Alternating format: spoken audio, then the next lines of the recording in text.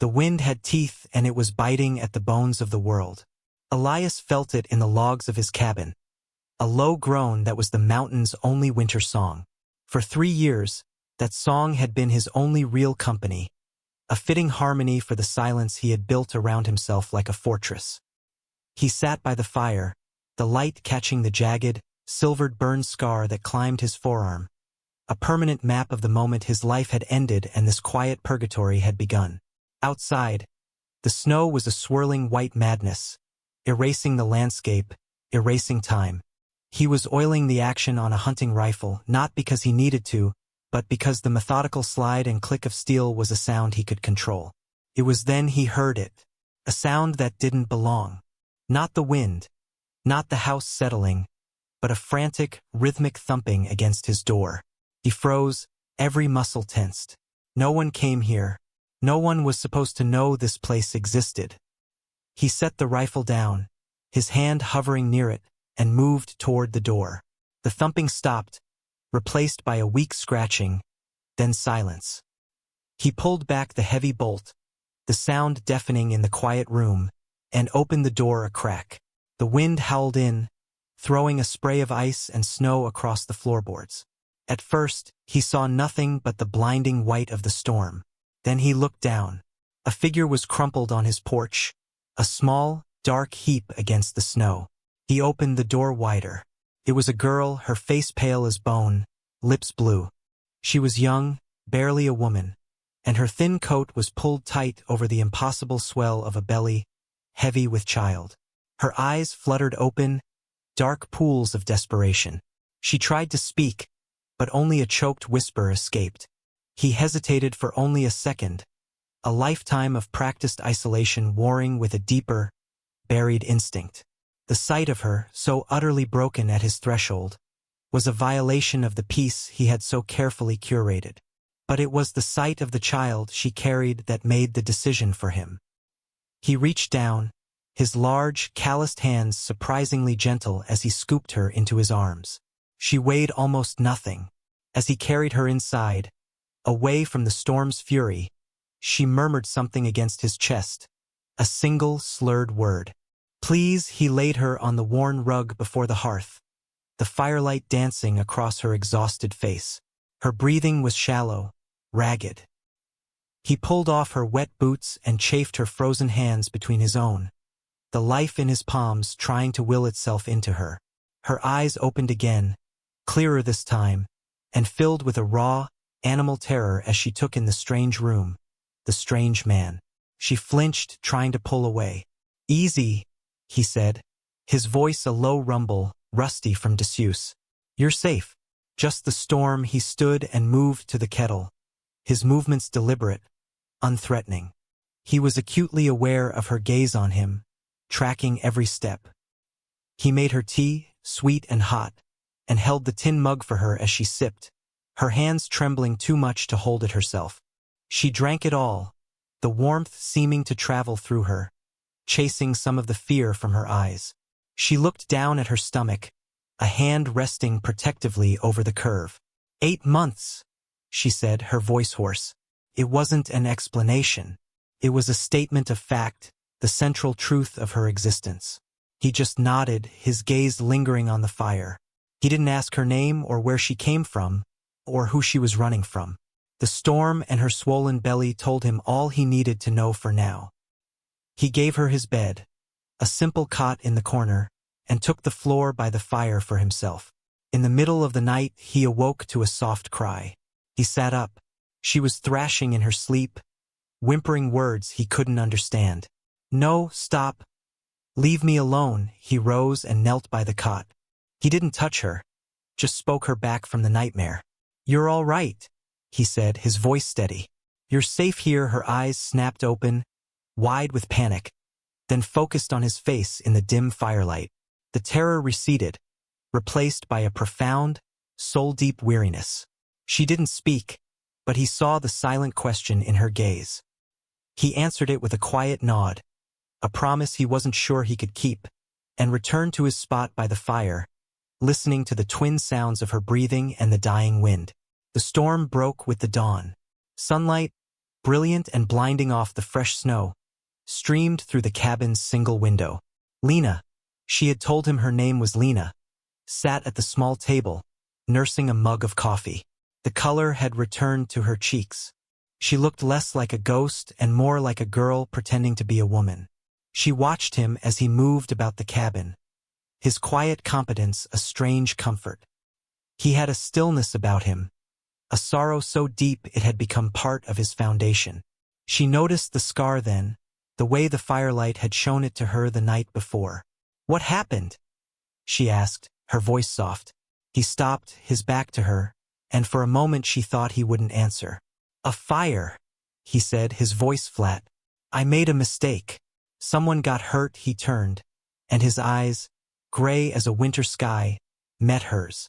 "I couldn't help them," in that shared confession of failure. A fragile bridge formed between them. She understood. She had made a mistake, too, trusting someone she shouldn't have. A mistake that now kicked softly beneath her heart. "His name is Royce," she said, the name falling like a stone in the quiet room. "He's the baby's father. He thinks he owns me. He thinks he owns this baby. He said he'd find me anywhere." Elias simply stacked firewood, his expression unreadable. "He won't find you here," but the conviction in his voice felt hollow, even to him. They fell into a strange, domestic rhythm over the next few days. He hunted and chopped wood. She cooked and cleaned, her movements growing less timid, more certain. He would watch her sometimes, when she thought he wasn't looking, her hands kneading dough or folding one of the few baby clothes she'd managed to bring with her. He saw the strength in her that her fear had hidden. One evening, as she sat mending a tear in his shirt, she laughed. It was a small, quiet sound, startled out of her by something he'd said, but it transformed her face, erasing the shadows for a brief, brilliant moment. The sound hit him with the force of a physical blow, an emotion so foreign he had forgotten what it felt like. Later, the baby began to kick, a sudden, violent fluttering. Lena gasped, her hand flying to her stomach. She looked at him, her eyes wide. Without a word, she took his hand, the scarred one, and pressed it against her belly. He flinched at her touch, but she held his hand firm. And then he felt it, a solid, determined push against his palm. A life, promise. He stared down at his hand, at the angry red scar pressed against the taut skin that held a new beginning. In that moment, the walls he had built around his heart didn't just crack. They shattered. He looked up at her, and she was smiling, a real smile this time, tinged with sadness but undeniably real. It was the most beautiful, terrifying thing he had ever seen.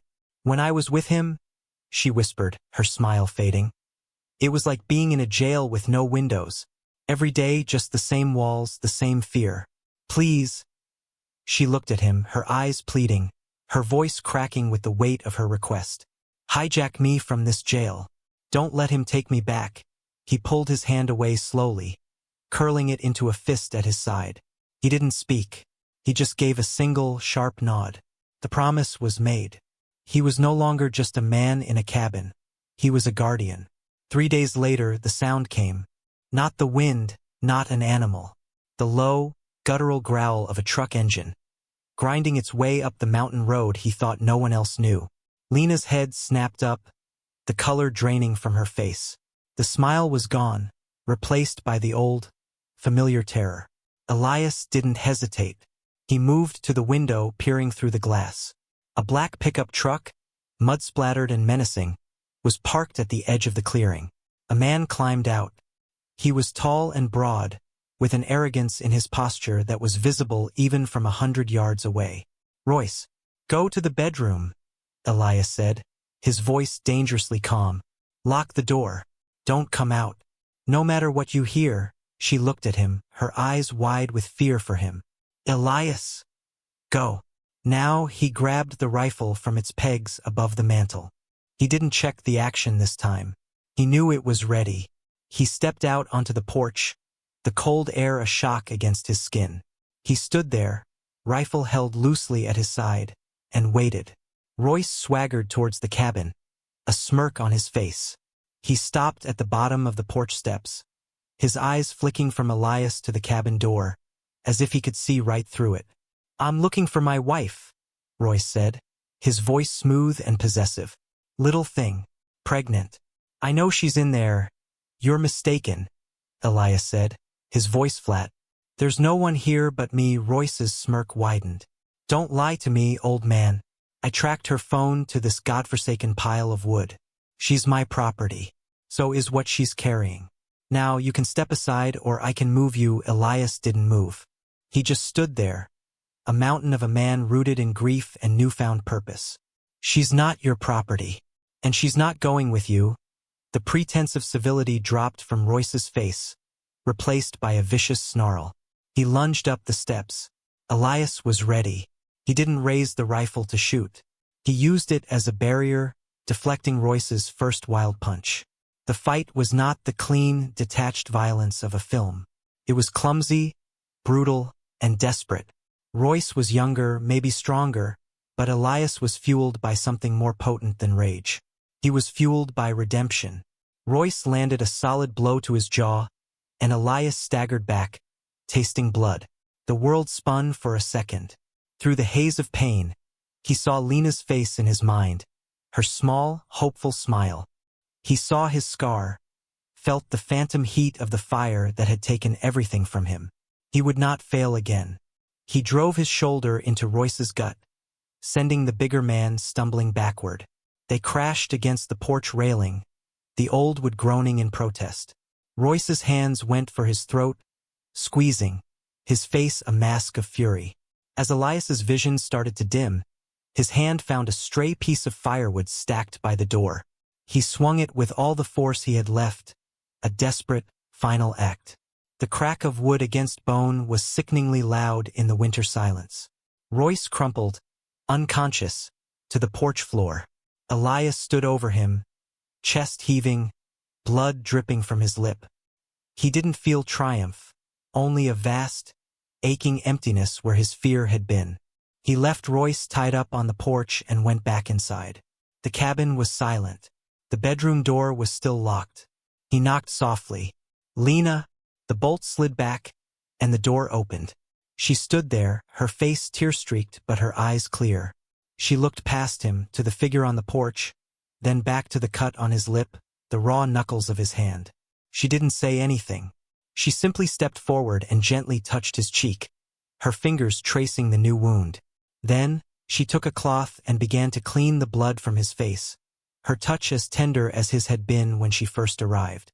They stood like that for a long time in the quiet cabin, the only sound the crackle of the fire. The threat was gone, but the scars, both new and old, remained. He had not hijacked her from her jail. He had simply stood at the gate and fought the warden. She had been the one to walk free.